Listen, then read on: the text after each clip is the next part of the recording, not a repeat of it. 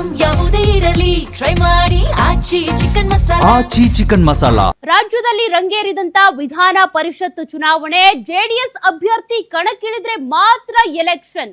ಒಬ್ಬ ಅಭ್ಯರ್ಥಿ ಗೆಲ್ಲೋದಕ್ಕೆ ಬೇಕು ಕನಿಷ್ಠ 32 ಮತ. ಕಾಂಗ್ರೆಸ್ಸಿಗಿದೆ 140 ಸದಸ್ಯರ ಸಂಖ್ಯಾಬಲ.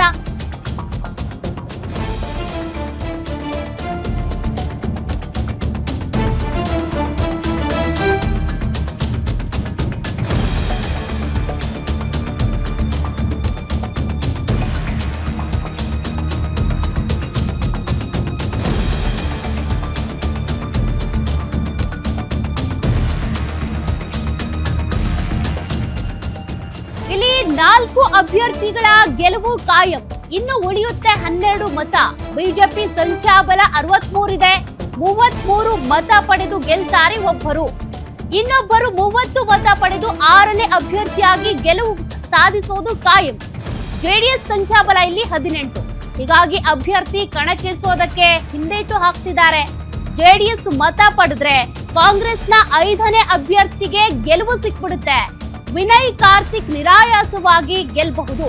ಬಿಜೆಪಿಯ ಎಸ್ಟಿ ಸೋಮಶೇಖರ್, ಶಿವರಾಮ್ ಹೆಬ್ಬಾರ್ ಕಾಂಗ್ರೆಸ್ಗೆ ಮತ ಹಾಕ್ತಾರೆ. ಯತ್ನಾಳ್ಗೂ ಕೂಡ ಮತ ಹಾಕುವಂತೆ ವಿನಯ್ ಕಾರ್ತಿಕ್ ಮನವಿ ಮಾಡಬಹುದು. ಜೆಡಿಎಸ್ ಶಾಸಕರ ಮತ ಸೆಳೆದ್ರೆ ಕಾಂಗ್ರೆಸ್ 5ನೇ ಅಭ್ಯರ್ಥಿ ಗೆಲುವು ನಿಶ್ಚಿತ. ಹೀಗಾಗಿ ಇಲ್ಲಿ ಸಾಕಷ್ಟು ಒಂಥರ ಗೊಂದಲ ಇದೆ, ಕುತೂಹಲ ಇದೆ. ಜೆಡಿಎಸ್ ಅಭ್ಯರ್ಥಿ ಕಣಕ್ಕೆ ಇಳಿಸಿದ್ರೆ ಮಾತ್ರ ಚುನಾವಣೆ ನಡೆಯುತ್ತೆ. ಇಲ್ಲ ಅಂದ್ರೆ 7 ಜನ ಅವಿರೋಧವಾಗಿ ಆಯ್ಕೆ ಆಗೋದು ಕಾಯಂ. ವಿನಯ್ ಕಾರ್ತಿಕ್ಗೆ ಟಿಕೆಟ್ ಘೋಷಣೆಯ ಬೆನ್ನಲ್ಲೇ ಸಿದ್ದರಾಮಯ್ಯ ಅವರನ್ನ ಭೇಟಿ ಮಾಡಿದಂತ ಶಾಸಕರ ನಿಯೋಗ ಕಾವೇರಿ ನಿವಾಸದಲ್ಲಿ ಭೇಟಿ ಮಾಡಿ ಚರ್ಚೆ ಮಾಡಿದ್ದಾರೆ. ಶರತ್ ಬಚ್ಚೇಗೌಡ, ವಿಜಯ್ ಸಿಂಗ್, ನೆಲಮಂಗಲ ಶ್ರೀನಿವಾಸ್ ಹಾಗೂ ಪರಿಷತ್ ಸದಸ್ಯ ರವಿ ಉಪಸ್ಥಿತರಿದ್ದು ಚರ್ಚೆ ಮಾಡಿದ್ದಾರಂತೆ. ಹಾಗಾದ್ರೆ ಜೆಡಿಎಸ್ ನ ಅಭ್ಯರ್ಥಿ ಕಣಕ್ಕಿಳಿತಾರಾ? ಇಳಿದ್ರೆ ಮಾತ್ರ ಇಲ್ಲಿ ಎಲೆಕ್ಷನ್.